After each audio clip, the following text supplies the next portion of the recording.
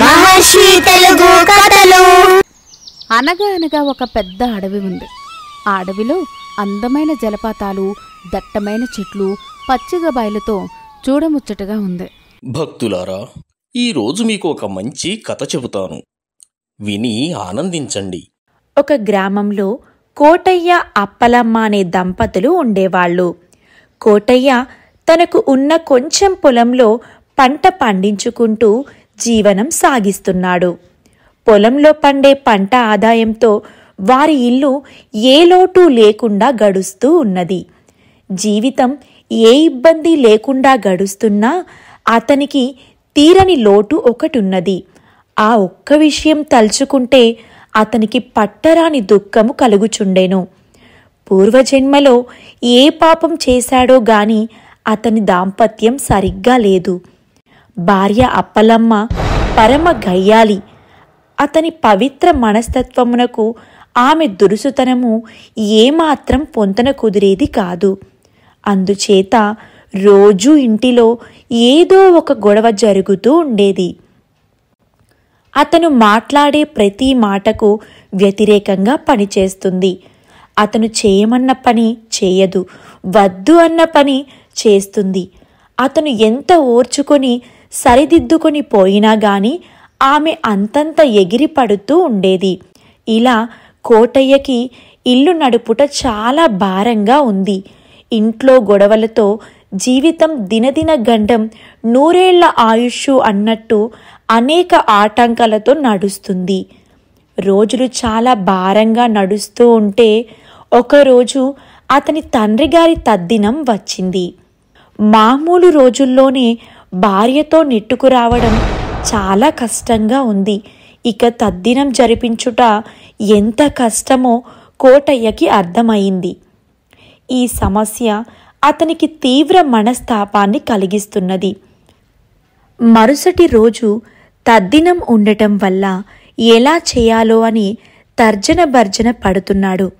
ఎందుకంటే తద్దినము రోజున బోలెడన్ని పనులు చేయవలసి ఉంటుంది. ఇల్లు ఊడ్చి తుడుచుట, ముగ్గులు పెట్టుట, బంధుమిత్రులను పిలుచుట, పెద్ద ఎత్తున వంట చేయుట, పిండి వంటలు చేయుట, పురోహితుని ఆహ్వానించుట, పూజ చేయుట, ఇటువంటి చాలా పనులు చేయాల్సి ఉంటుంది. భార్య చేత ఒక్క పని చేయించడానికే తల ప్రాణం తోకకొస్తుంది. అలాంటిది తద్దినము అంటే ఇంకా ఎంత కష్టం ఉంటుంది. రేపటి కార్యం ఎలా చేయాలో అని ఆలోచించి చివరికి కోటయ్యకి ఏమీ తోచడం లేదు. ఇంతలో తనకు ఆశ్రమంలో ఉన్న స్వామీజీ గుర్తుకు వచ్చారు. వెంటనే కోటయ్య ఇంటి నుంచి వెళ్ళి స్వామీజీని వేడుకుంటాను అనుకున్నాడు. వెంటనే కోటయ్య ఇంటి నుండి బయలుదేరి ఆశ్రమం చేరుకున్నాడు. మహాత్మా, నన్ను రక్షించండి స్వామి అని బాధపడుతూ అన్నాడు. ఏమిటి నాయనా, ఎందుకు బాధపడుతున్నావు? ఏం కష్టం వచ్చింది నీకు? గురుదేవా, ఏమని చెప్పను నా అవస్థ?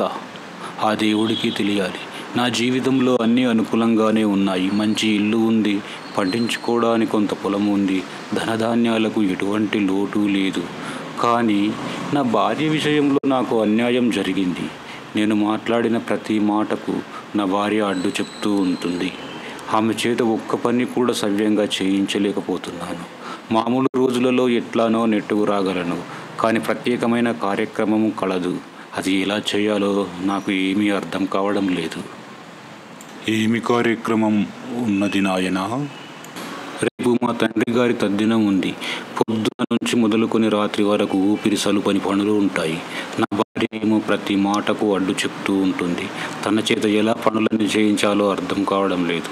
నేను చెప్పే ప్రతి మాటకు వ్యతిరేకంగా పనిచేస్తుంది. స్వామీజీ, రేపు తద్దినం ఎలా జరిపించాలో నాకు ఏమీ అర్థం కావడం లేదు. దయచేసి మీరైనా ఏదో ఒక ఉపాయం చెప్పి నన్ను రక్షించండి. కోటయ్య తన కష్టాన్ని చెప్పుకుంటూ బాధపడుతూ అంత దీనంగా మాట్లాడుతుంటే స్వామీజీ ఏం చేయాలా అని ఆలోచిస్తూ కళ్ళు మూసుకున్నాడు. కోటయ్య ఏమో స్వామీజీ ఏదైనా ఉపాయం చెప్తాడేమోనని ఆశగా ఎదురు చూస్తున్నాడు. సరే, నువ్వు ఇంతగా బాధపడుతున్నావు కాబట్టి నీకు ఒక మంచి ఉపాయం చెప్తాను. దాన్ని రేపు పొద్దున్నే నువ్వు ఇలా ఆచరించు. నీకు అంతా మంచి జరుగుతుంది అని అతని చెవిలో ఏదో చెప్పాడు స్వామీజీ. అది విని కోటయ్య ముఖం సంతోషంతో వెలిగిపోయింది. వెంటనే అతడు అక్కడి నుంచి బయలుదేరి తన ఇంటికి వెళ్ళాడు. ఇంటికి వెళ్ళిన కోటయ్య తన భార్య అప్పలమ్మతో ఇలా అన్నాడు. అప్పలమ్మ, రేపు మా నాన్న తద్దినం ఉంది. నీకు తెలుసు కదా, మనం ప్రతి సంవత్సరం తద్దినం జరుపుతున్నాము. కానీ ఈ సంవత్సరం జరపాలనుకోవడం లేదు. అట్లా మానేయడానికి మీరెవరు? నన్ను అడిగారా? తప్పకుండా తద్దినం పెట్టవలసిందే. లోపల కోటయ్య పరమ ఆనందపడుతూ అమ్మయ్య, ఒక పెద్ద సమస్య గట్టెక్కింది అని అనుకున్నాడు. మనసులోనే స్వామీజీకి దండం పెట్టుకొని ఇలా అన్నాడు. ఏదో నీ మాట ప్రకారం పెడతాను, కానీ భోక్తలను ఎవరిని పిలవదలుచుకోలేదు. అదేమీ కుదరదు, బంధువులందరినీ పిలవాల్సిందే. అమ్మయ్య, రెండో సమస్య తీరింది. మళ్ళీ స్వామీజీకి దండం పెట్టుకున్నాడు. ఏదో నీ మాట ప్రకారం పిలుస్తాను, కానీ పిండి వంటలేమీ చెయ్యనవసరం లేదు. మామూలు భోజనం పెడితే సరిపోతుంది. భోజనంతో పాటు పిండి వంటలు చేసి తీరతాను. ఒక్క గారెలే కాదు, బూరెలు కూడా చేస్తాను. కోటయ్య లోపల ఆనందపడుతూ మరో సమస్య తీరింది అని లోపల అనుకుంటూ స్వామీజీకి మళ్ళీ దండం పెట్టుకున్నాడు. అది సరే, కానీ ఈసారి పూజారిని పిలవాలనుకోవడం లేదు. అట్లా ఎట్లా పిలవకుండా ఉంటారు? పిలవ్వాల్సిందే అని అప్పలమ్మ అనడంతో లోపల కోటయ్య పరమ ఆనందపడిపోయాడు. కష్టతరమైన సమస్యను సులభతరం చేసినందుకు స్వామీజీకి మరీ మరీ దండాలు పెట్టుకున్నాడు. ఆ రోజు రాత్రి కోటయ్య హాయిగా నిద్రపోయాడు. మరునాడు కోటయ్య అప్పలమ్మ తద్దినానికి కావలసిన పనులు చేసుకున్నారు. అప్పలమ్మ దానికి కావలసిన వంటలు సిద్ధం చేస్తుంది. కోటయ్య తన పనులు తను చేసుకుంటున్నాడు. స్వామీజీ చెప్పిన ఉపాయంతో కోటయ్య తద్దినం కార్యక్రమాన్ని విజయవంతంగా పూర్తి చేసుకున్నాడు. భక్తులారా, విన్నారా ఈ కథ ఎలా ఉంది? మహర్షి తెలుగు కథలు.